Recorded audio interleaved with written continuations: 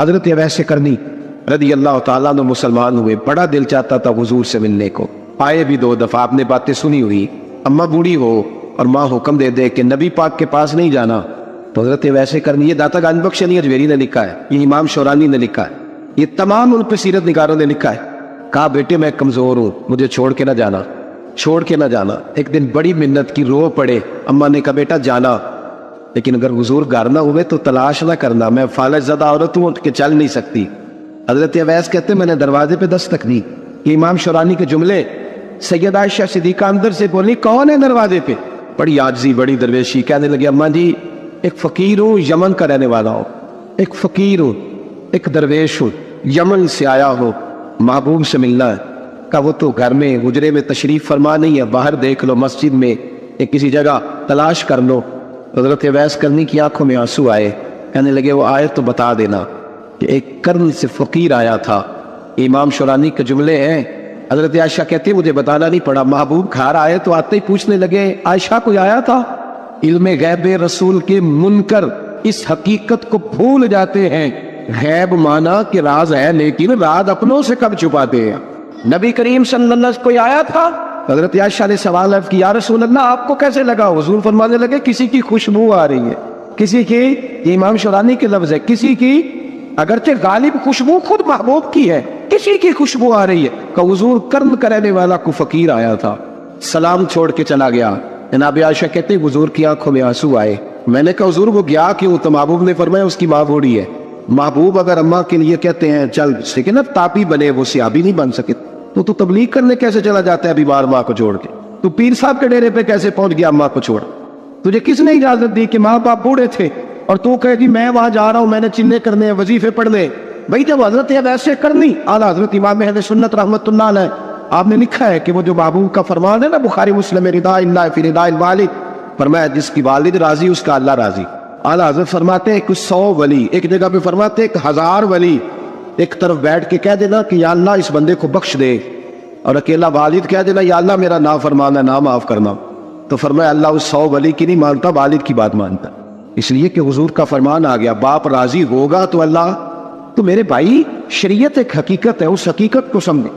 حضرت اویس کرنی کی زندگی کا ایک پہلو یہ، دوسرا پہلو یہ جو ہے نا بڑی لمبی چوڑی داستانیں، اور بڑا ہمیں شوق ہے تصویروں کا، بڑا شوق ہے، آپ یقین کریں میری طرح کے بہت سارے لوگوں کے پوسٹر چھپتے ہیں، بڑی بڑی تصویریں لگی ہوئی ہیں چوکوں میں۔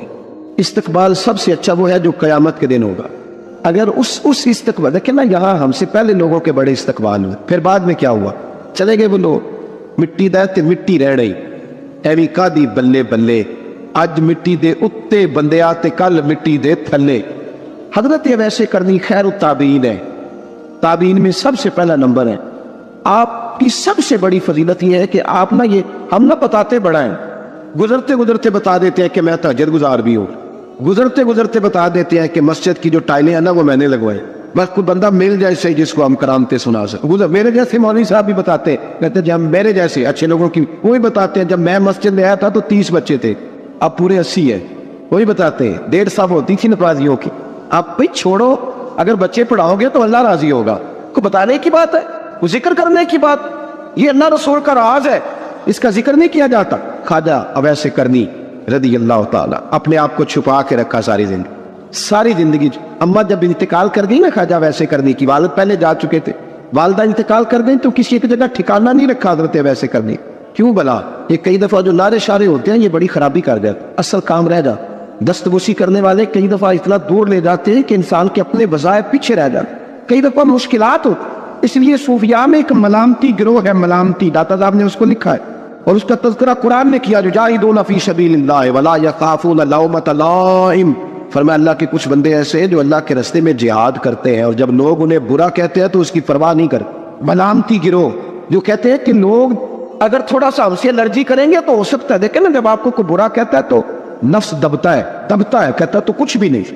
حضرت بایزید بستامی سلطان العارفین رحمت اللہ تعالیٰ علیہ فرماتے رمضان شریف کا مہینہ تھا تو میں گزر رہا تھا بستان کے بازار سے، لوگ دکانوں سے اٹھ کے مجھے ملنے آنے لگے، تو میرا نفس مجھے کہنے لگا بایزید اتنی شان تو آج بادشاہ کی بھی نہیں جتنی تیری ہے، میں کاروبار چھوڑ کے تو نہیں آتا۔ کہتے ہیں اسی لمحے وہ جو میری روحانی ترقی تھی وہ رک گئی، میں پریشان ہو گیا لیکن بھی میں نے لوگوں کی تعریفوں کو بڑا سمجھ لیا. کہتے ہیں کھجوریں تھی ریڈی, پتہ رمضان میں کھجوریں بڑی بکتی ہیں.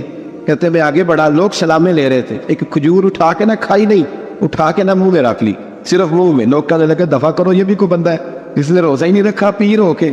کہتے لوگوں نے ملامت کی تو میرا نفس کچلا گیا.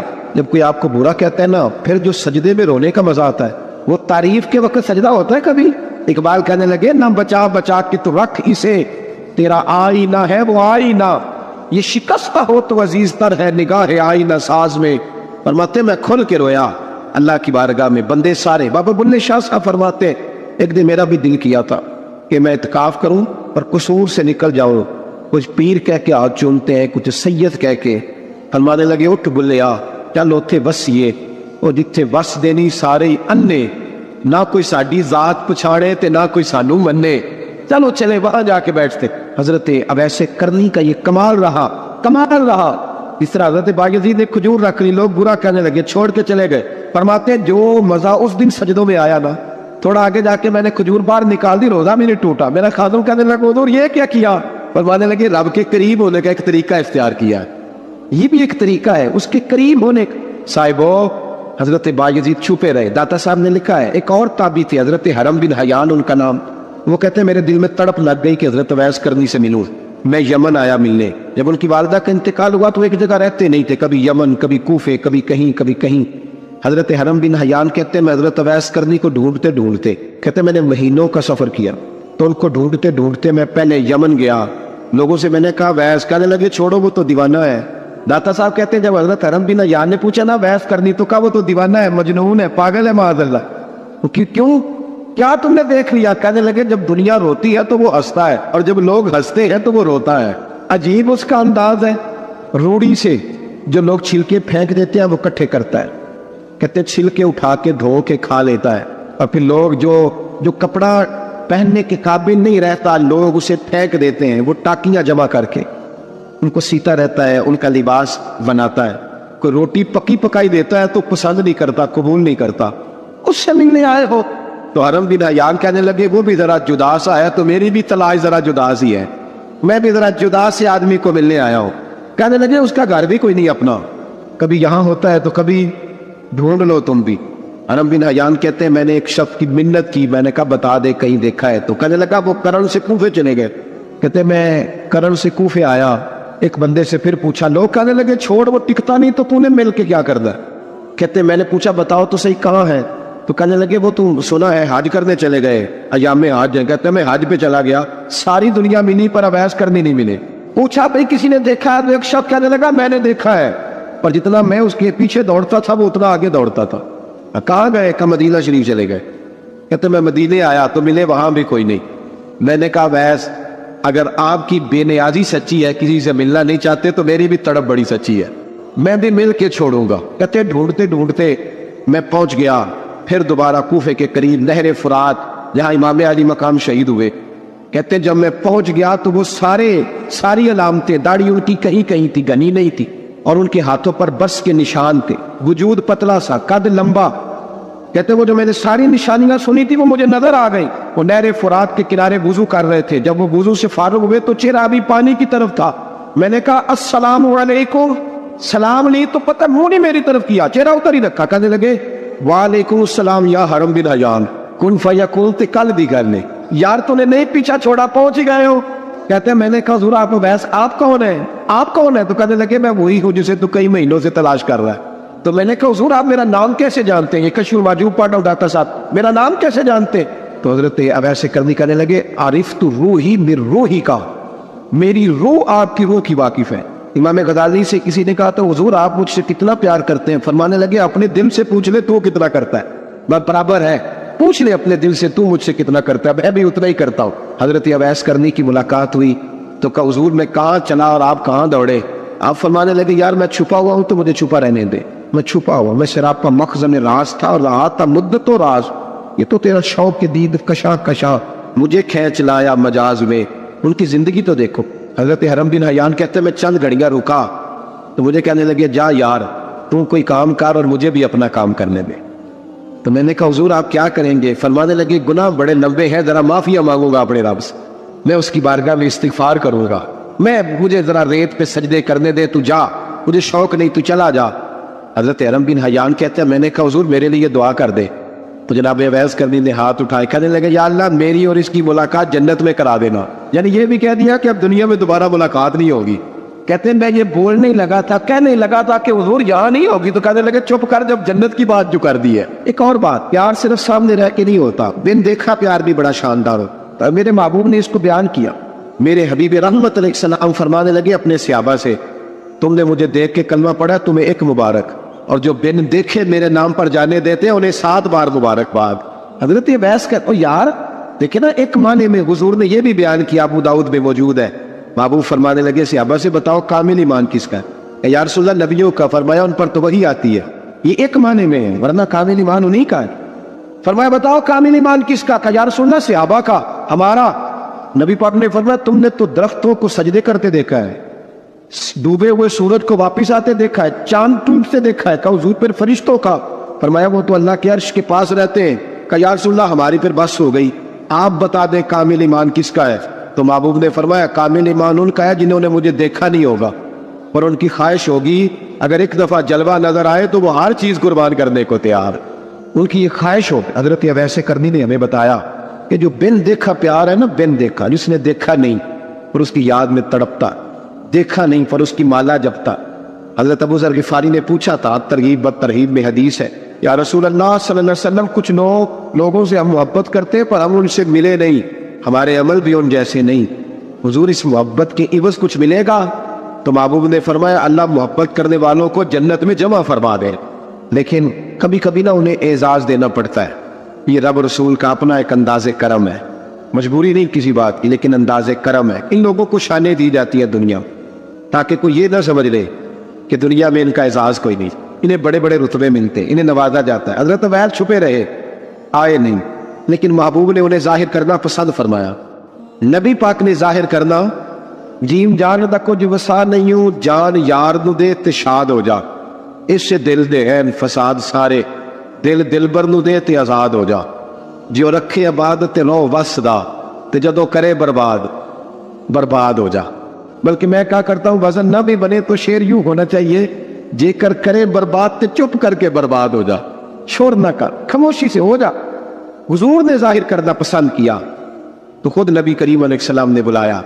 نبی رحمت صلی اللہ تعالیٰ علیہ وسلم نے مولا علی شیر خدا اور حضرت عمر فاروق، بندے بھی حضور نے وہ چنے جو سرخیل ہے دونوں، مولا علی فاروق اعظم امیر المومنین، دونوں کو بلایا اور بلا کے فرمایا یہ میرا جبہ لے جاؤ، اور میرے بعد، میرے وصال کے بعد وہاں جانا کرن میں تمہیں اویس ملے گا، اسے میرا جبہ دینا۔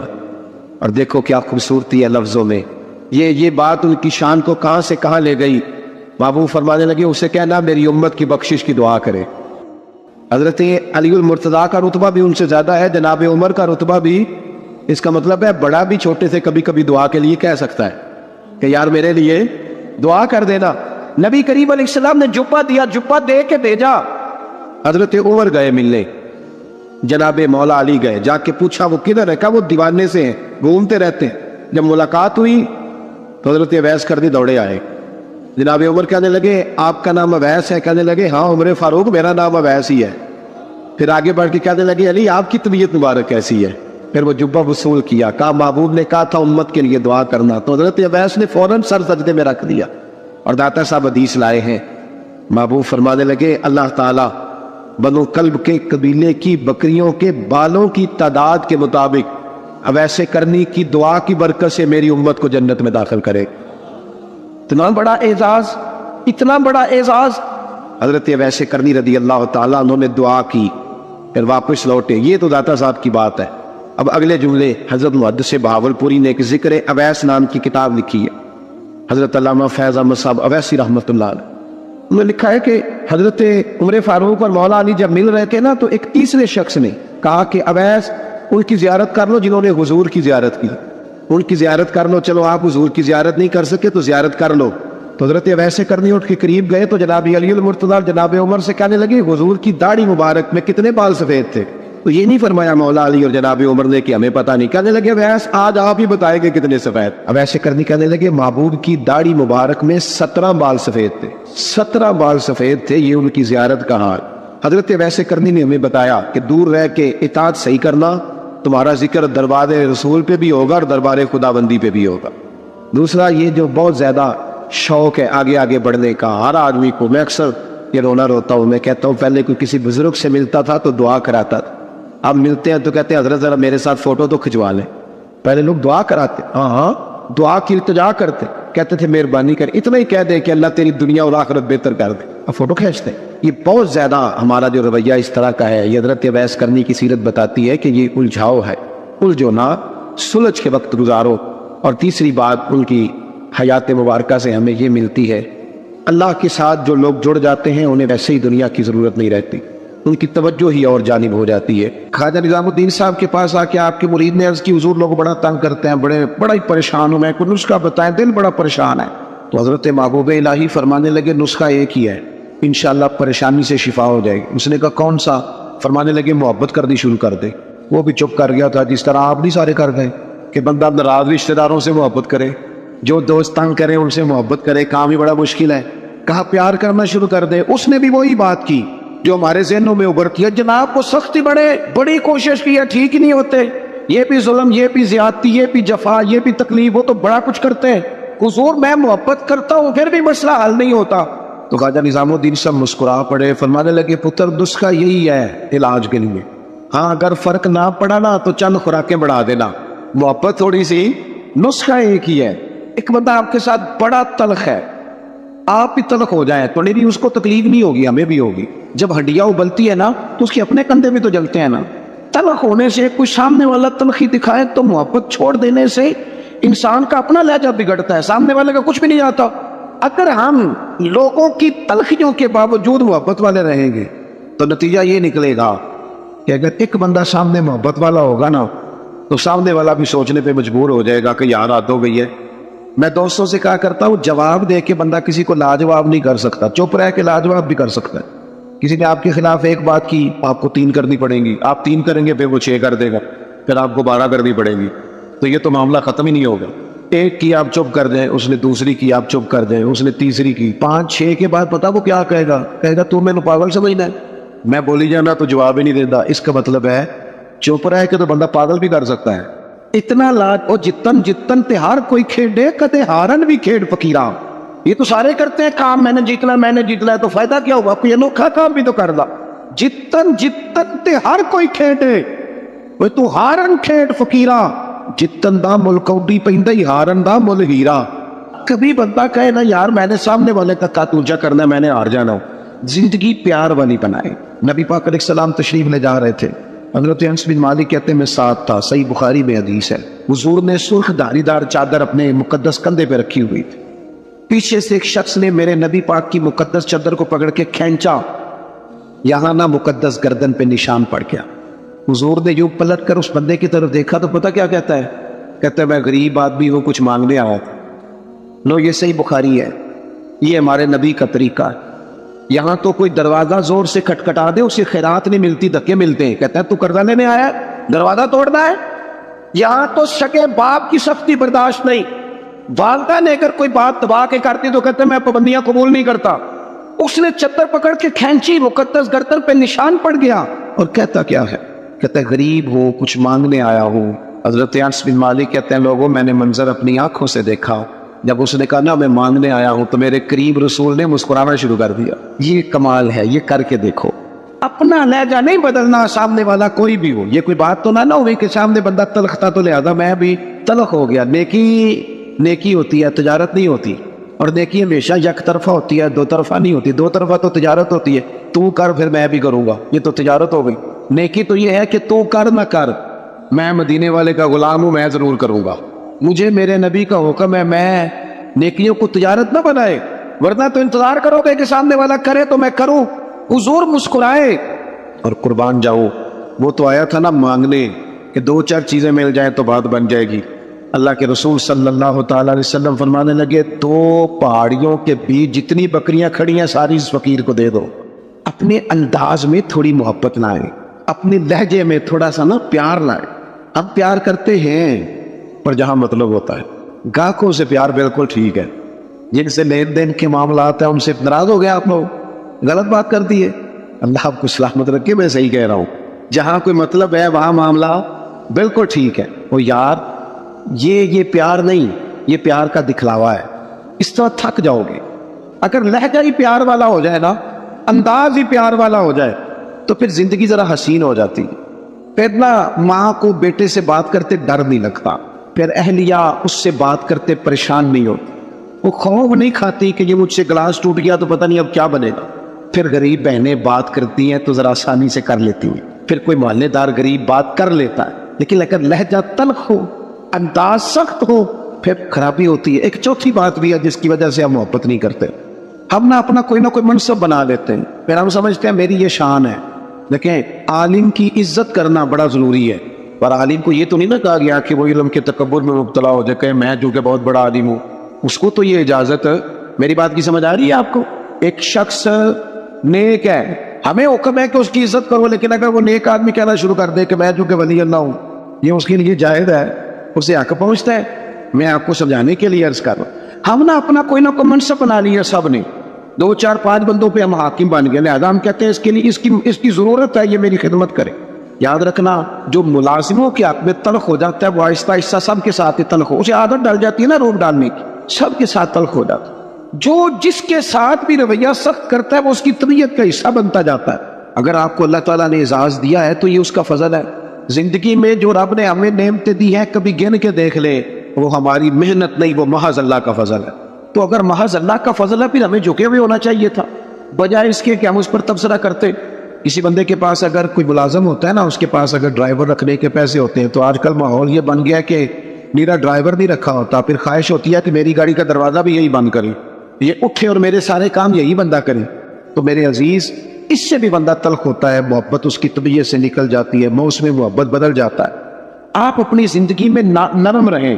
صحابہ فرماتے ہیں جب مسجد نبوی کی تعمیر ہو رہی تھی نا, ہم بھی اینٹیں اٹھا اٹھا کے لاتے تھے, اور ہم نے یہ عجیب نظارہ بھی دیکھا کہ نبیوں کے امام, رسولوں کے امام, اللہ کے محبوب مطلق, جن کی زیارت کے لیے فرشتے منتظر کھڑے رہتے ہیں, ہم نے پلٹ کے دیکھا کہ وہ محبوب بھی اینٹیں اٹھا اٹھا کے لا رہے تھے. کہتے ہیں جب خندق کھود رہے تھے نا, خندق, تو وہ محبوب جن کے پیروں پر اللہ پتھروں کو نرم کر دیتا ہے, جب ہم خندق کھود رہے تھے نا تو ہمارے نبی پاک بھی ہمارے ساتھ مل کے کام کراتے تھے. اپنی زندگی میں اللہ اعزاز دیتا ہے, لیکن اگر آپ اپنوں کے ساتھ مل جل کے رہتے ہیں تو محبتیں فروغ پاتی, پیار بڑھتا ہے. حضرت عمر بن عبدالعزیز رحمۃ اللہ علیہ بادشاہ تھے, تو رات کے وقت ایک خادم آپ کو خدمت کے لیے دیا گیا تھا. اور جو لوگ یہاں نا ہمارے, میں پڑھ رہا تھا, علامہ عبد المصطفیٰ ذری صاحب رحمۃ اللہ علیہ بہت بڑے عالم تھے, تو وہ حزب اللہ ناف تقریر کرنے آئے, تو فرمانے لگے مجھے نا بڑا لمبا عرصہ ہو گیا ہے, 30 35 سال 40 سال ہو گئے حدیث پڑھاتے. کہنے لگے میرے ہزاروں شاگرد ہو گئے. لیکن اگلی بات پتہ انہوں نے کیا کی؟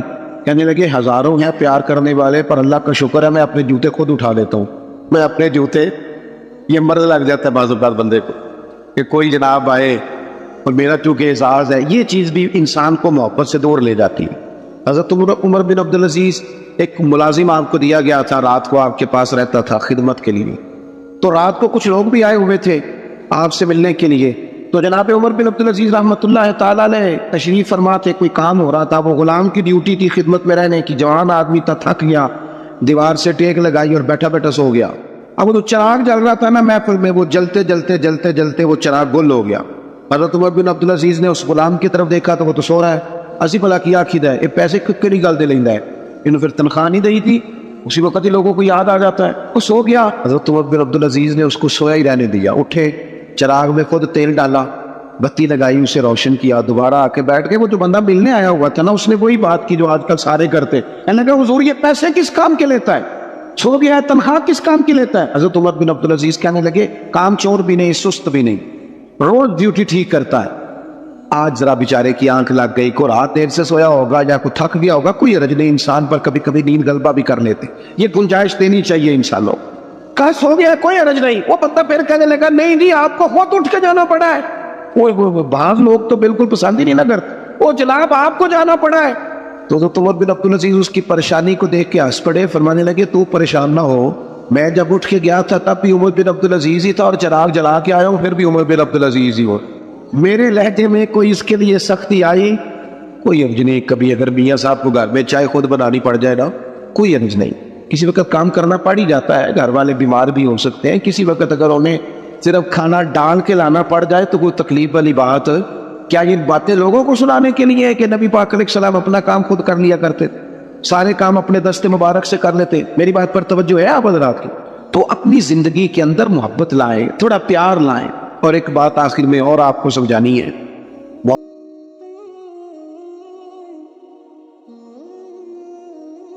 گئے ہیں کسی جگہ، ہر بندے کو جلدی ہوتی ہے، ہر بندے کو میں نے بعض دفاتر میں دیکھا ہے کام کرنے والا کام کر رہا ہے لیکن باری باری ہے نا. لیکن ڈھیر سارا پروٹوکول ہے، سفارشی ٹیلی فون ہے، کوئی ادھر سے آ جاتا ہے، کوئی ادھر سے آ جاتا ہے. ایک شخص ہے وہ کیا کرے گا؟ اگر ہمارا تھوڑا سا احساس والا مزاج ہو نا، دوسرے ہم نا احساس سے بالکل آ رہی ہے، ہمیں اپنا کام چاہیے اور فوراً چاہیے اور فٹافٹ چاہیے. میں ایک جگہ پہ حاضر تھا تو اس گھر میں نا ان کے بچوں کو پڑھانے کے لیے ٹیچر آتے تھے. تو اپنے بیٹے سے پوچھنے لگے، میرے وہ دوست کہنے لگے ابھی آیا نہیں ٹیچر کا؟ نہیں. کہنے لگے پوچھتا ہوں ان سے ٹیوشن کس بات کی لیتے ہیں. یہ آج میں تیسرا دن نوٹ کر رہا ہوں کہ 15 منٹ 20 منٹ آدھا گھنٹہ لیٹ آتے. میں نے اپنے اس دوست سے گزارش کی، میں نے کہا یہ جو تو بات کر رہا ہے یہ کہ ٹیچر کے منصب کے مطابق نہیں.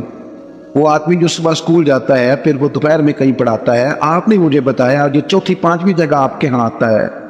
آپ کبھی سوچ سکتے ہیں کہ وہ لیٹ بھی ہو سکتا ہے، اس کی گاڑی بھی خراب ہو سکتی ہے، لیکن ساری زندگی صرف اپنے بارے میں سوچ سوچ کے بندہ سخت ہو جاتا ہے. جب تک جذبات احساسات دوسروں کے پاس، حضور نماز پڑھا رہے ہیں، نماز مسلمانوں سنو اور یاد رکھنا، خدا را یاد رکھنا.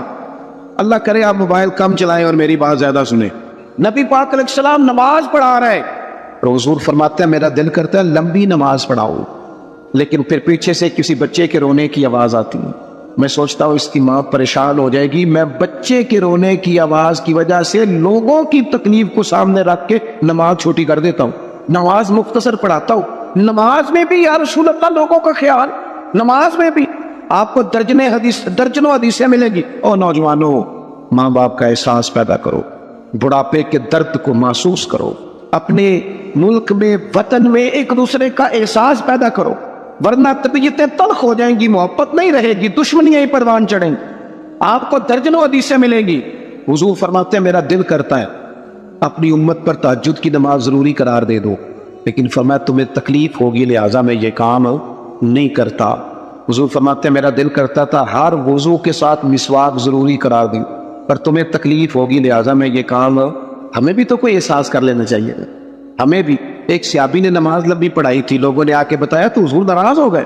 فرمایا تو گیلے جتنی مرضی لمبی پڑھ، لوگوں کو بیزار کرتا ہے، پریشان کرتا ہے، خبردار لمبی نماز پڑھائی. احساس پیدا کرے. جب طبیعت میں صرف انسان اپنی بات ہی کرتا ہے نا، اپنا ہی احساس کرتا ہے، پھر وہ سخت ہو جاتا ہے، پھر اس کے اندر محبت نہیں رہتی، خود غرض ہو جاتا ہے. خدا مجھے ایسی خدائی نہ دے کہ اپنے سوا کچھ دکھائی نہ دے. میں نے دیکھا ہے گاہک کی کوشش ہوتی ہے دکاندار کو لوٹنے کی، تو کیا خیال ہے پھر دکاندار کی کوشش نہیں ہوتی گاہک کو لوٹنے. اس کا نتیجہ کیا ہے؟ اگر دونوں لوٹنے والے کھڑے ہیں تو کیا کوئی کہہ سکتا ہے کہ ایک ملک کے ہیں، ایک مذہب کے ہیں، ایک نظریے کے ہیں، ایک علاقے کے ہیں؟ اس طرح قومیں پنپتی ہیں. ہر آدمی کا مزاج ہو کہ میں نے کسی نہ کسی طریقے سے، وہ کوئی بندہ اس لیے بھی تو دنیا میں آئے نا کہ میں نے نفع لینا نہیں نفع دینا ہے. وہ ایک بزرگ تھے نا دلی میں، تو وہ کوئی کھانے پینے کی سمجھ لیں ناشتہ بیچا کرتے، تو اکثر لوگ آتے تو انہیں کھوٹا سکہ دے جاتے. تو باپا جی نا کھوٹا سکہ، کھوٹے سکے کا پتہ ہے کہ نہیں؟ وہ ایسے ایسے کر دیں، ایسے ایسے کر دیں، کچھ تو کرے نا. کھوٹے سکے کا پتہ ہے؟ وہ گھس جاتی تھی. جو پرانے لوگوں جنہوں نے سکے دیکھے نا اوپر سے گھس جاتا تھا سارے نمبر شمبر، تو کھوٹا سکہ وہ چلتا نہیں تھا.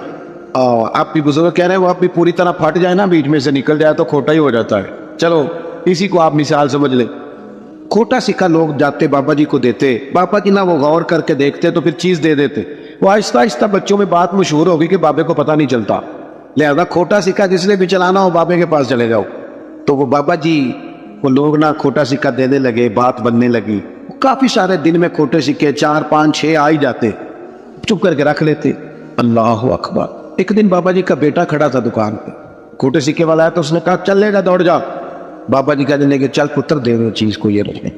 تو وہ کہنے لگا بابا جی بہت سارے لوگ روز آپ کو کھوٹے سکے دے جاتے ہیں. فرمانے لگے پتر تیرا کیا خیال ہے مجھے پتہ نہیں, اسی کسے دے کچھ نہیں لگ دے نہ کوئی ساڈا دردی. کب آپ کو پتہ ہے؟ فرمانے لگے مجھے پتہ ہے کھوٹے دے جاتے, پر میں سوچتا ہوں کسی اور کو بھی تو انہوں نے فریب دینا ہے, چلو میرا گزارا ہوتا ہے باقی مسلمان بچ جائیں. ایک میرے دل میں یہ خیال ہے کہ کسی اور کو بھی تو یہ کسی اور کو داغ لگائیں گے تو چلو میں لگوا لیتا ہوں, پتہ نہیں میرا تو کام چلتا ہے, کسی اور کا پتہ نہیں چلے نہ چلے. اور دوسری بات کہنے لگے ایک وجہ اور بھی ہے, اور وہ وجہ بیان کرتے رو پڑے اور کھل کے روئے اور رج کے روئے اور تڑپ کے روئے. کہنے لگے میں کس لیے بھی کھوٹے سکے لے لیتا ہوں کہ قیامت کے دن جب رب کی بارگاہ میں حاضر ہوں گا تو میں عرض کروں گا مالک میں نے ساری زندگی تیرے بندوں سے کھوٹے سکے وصول کیے ہیں, میں بھی کھوٹا سکہ ہی ہوں, مہربانی کرنا مجھے بھی قبول کر لے, میں بھی کھوٹا ہی ہوں. کسی کا احساس تو پیدا کرے, لیکن اگر طبیعت میں احساس ہی نہیں, مزاج میں, پھر اندر کا موسم ٹھیک نہیں. ہم کاش ہمارا مزاج خیر خائی کا ہو. میرے نبی پاک نے فرمایا میرا سارا دین ہی خیر خائی. اگر مزاج خیر خائی کا بن جائے تو میرا سارا وطن ایک دوسرے سے پیار کرنے لگے. یہاں کوئی وہ ایک صاحب میرے پاس بیٹھے تبصرہ کر رہے تھے, جوتے بناتے ہیں ان کا کارخانہ ہے, کہنے لگے فلانی شے بھی ٹھیک نہیں ملتی فلانی بھی. میں نے ان سے کہا تبصرے چھوڑیں, آپ جوتا صحیح بنایا کریں, آپ اپنا کام ٹھیک کر کے کریں تاکہ کم از کم جوتا جلدی نہ ٹوٹے, قوم کا ایک بھلا تو ہونا. ہم اگر اپنا کام ٹھیک کرنے لگے نا احساس پیدا کر کے تو ملک میں بڑی خیر آ جائے. لیکن ہم تب احساس پیدا کریں. حدیث پاک سناتا ہوں آپ خوش ہو جائیں گے, پھر انشاءاللہ دعا کرتے ہیں. سیدہ طیبہ طاہرہ حضرت عائشہ صدیقہ رضی اللہ تعالیٰ عنہ فرماتی ہے, یہ ذرا احساس والی بات سننا. کہتی ہے ایک دن حضور علیہ السلام نے مجھ سے فرمایا عائشہ جب تم مجھ سے راضی ہوتی ہو پھر بھی مجھے پتہ چل جاتا ہے, اور جب کسی بات میں ناراض ہوتی ہو پھر بھی پتہ چل جاتا ہے. تو کہتے ہیں میں نے جلدی سے عرض کی حضور مجھے میری ماں روئے میں اور آپ سے ناراض. تو حضور فرمانے لگے بتاؤں پھر؟ بڑا کمال سرکار کا آج موڈ مبارک ہے, بتاؤں یا رسول اللہ بتائیے. حضور فرمانے لگے کبھی کبھی قسم اٹھاتی ہو؟ کہ یا رسول اللہ اٹھاتی ہوں. فرمایا جب تم خوش ہوتی ہو تو کہتی ہو مجھے محمد عربی کے رب کی قسم صلی اللہ علیہ وسلم, اور جب تمہارے دل میں کوئی بات ہوتی ہے پھر کہتی ہو حضرت ابراہیم کے رب کی قسم, پھر ان کا نام لے کے قسم. سیدہ عائشہ صدیقہ کہتی ہیں میری تو حالت عجیب ہو گئی, منظر وجد والا ہو گیا. میں نے کہا یا رسول اللہ قربان جاؤں آپ اتنا خیال کرتے ہیں, کوئی لفظ کیا بول رہا ہے اور اس کے لفظوں میں درد کیا ہے. ایک تو ہمارے ہاں تو یہ مسئلہ نا احتجاج کر کے اپنی بات منوانی پڑتی, اور یہاں حالت یہ ہے کہ حضور جملوں سے پہچان گئے, لفظوں سے پتہ چل گیا کہ آج ماحول کے یا رسول اللہ اتنا خیال کرتے. او دوستو ہمارے اپنے تڑپ گئے, پر ہمیں صرف اپنا خیال ہے, اپنی روٹی کا, اپنے کپڑوں کا, اپنی نیند کا, اپنے موبائل کا, اپنے یاروں کا. چھوڑ تھوڑی دیر کے لیے چیزیں. پہلے تو میں بچوں کو منع کرتا تھا, اب میرا دل کرتا ہے میں بڑوں سے کہوں کہ تھوڑی دیر موبائل چھوڑ یار, بچوں سے بھی حال چال پوچھ, اپنے بچوں سے بات چیت کر, اپنے گھر والوں سے بات. اب سیانے بندے سے کہنے کو دل کر, احساس ہی ختم ہو گیا. اقبال کہنے لگے دل کے لیے موت ہے موت, دل کے لیے موت ہے یہ مشینوں کی حکومت. احساس مربت کو کچل دیتے ہیں آلات, اتنے سارے سنگی آئے ہو.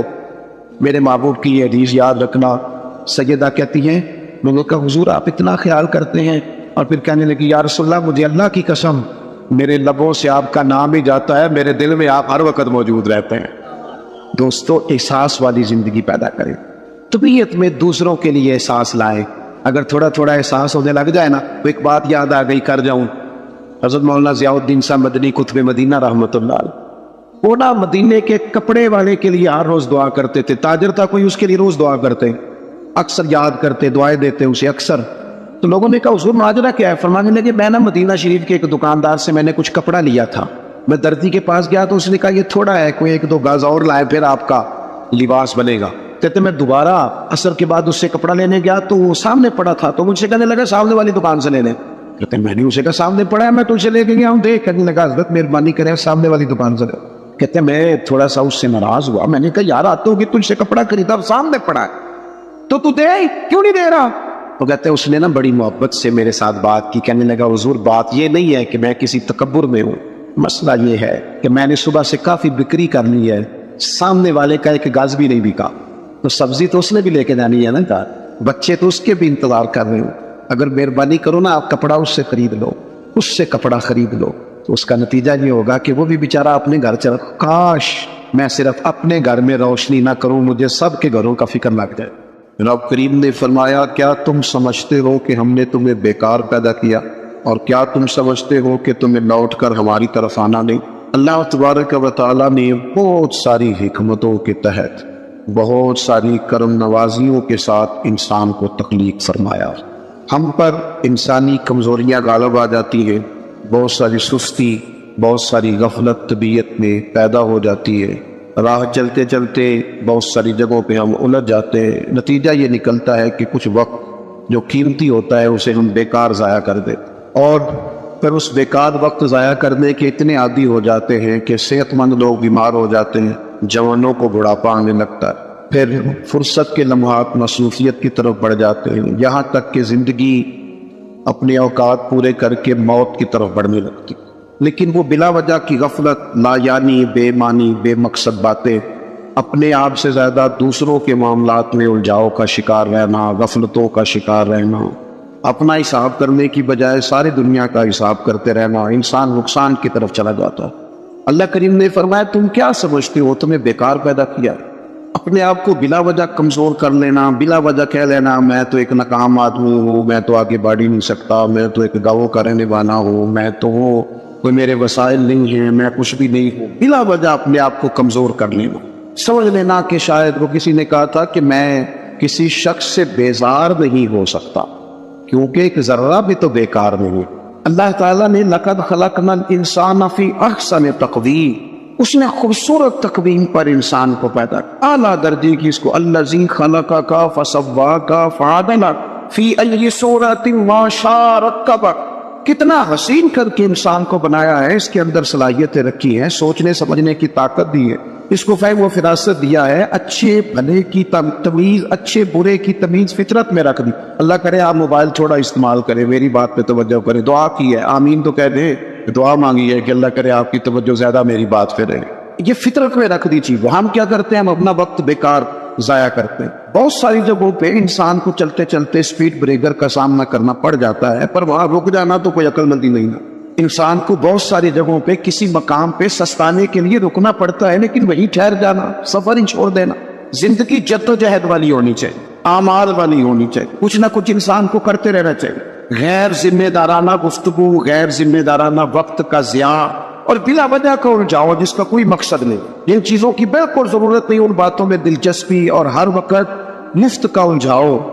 نبی پاک علیہ الصلوۃ والسلام سے جب پوچھا گیا نا خوبصورت مسلمان کون ہوتا تو نمازی بھی بڑا خوبصورت ہوتا ہے، ایک احرام میں ایک بولی بولتے ہوئے ایک میدان میں لبیک لبیک کہنے والے حاجی بھی بڑے خوبصورت ہوتے ہیں، اللہ کی بارگاہ میں بیٹھ کر اس کی بارگاہ سے بیت اللہ کے سائے میں دعائیں مانگنے والے بھی بڑے حسین ہوتے ہیں، اللہ کی کتاب سامنے رکھ کر صبح سے شام تک اس کو یاد کرنے والے، تلاوت کرنے والے حافظ بھی بڑے حسین ہوتے، علماء کی بھی بڑی بات، سخی کی بھی بڑی بات، ماں باپ کی خدمت گزار کی بھی بڑی بات۔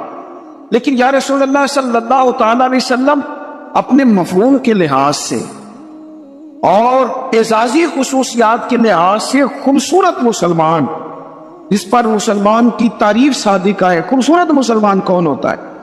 نبی پاک علیہ الصلوۃ والسلام نے فرمایا جو بے مقصد اور فضول باتوں کو چھوڑ دے وہ خوبصورت مسلمان ہوتا ہے۔ لغویات سے بچے، فضولیات سے بچے، بے معنی وقت نہ ضائع کرے، اپنے معاملات میں ایک جملہ بھی کبھی اضافی نہ بولیں، فائدہ کوئی نہیں، آپ مختصر جامع زندگی گزاریں، آپ اپنے آپ کو قیمتی سمجھیں، اپنے وجود کو قیمتی سمجھیں۔ آپ دیکھیں نا انسان کو اللہ تعالیٰ نے اشرف المخلوقات بنایا، تسخیر کائنات اس کے ذمہ لگائی، اس نے بر اعظموں پر حکومت کر کے دکھائی۔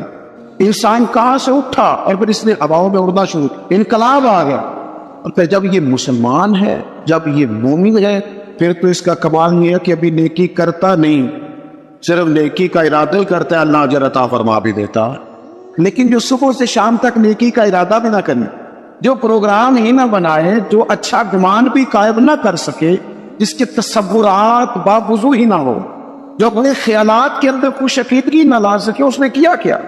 اپنے معاملات پر توجہ دی جائے اور اپنے وقت کو ضائع کرنے سے بچایا جائے، امور خیر میں جدوجہد کی جائے، کوشش کی جائے، اپنے آپ سے کوئی کام لیا جائے۔ دیکھیں ہم چاہے نہ چاہیں، ہم تیار ہوں یا نہ ہو، ہماری عمر روز بروز بڑھتی ہے، ہمارے کام رہ گئے تو رہ گئے، لیکن دن سال مہینے روز گھٹتے ہیں. ہم چاہیں نہ چاہیں لیکن وقت ریت کی طرح ہمارے ہاتھوں سے گزر جاتا ہے. اچھے بھلے تندرست لوگ ہوتے ہیں، پھر وہ ہلکی ہلکی دردیں جسم میں شروع ہوتی ہیں، کمزوریاں آنے لگتی ہیں. جو کام ہم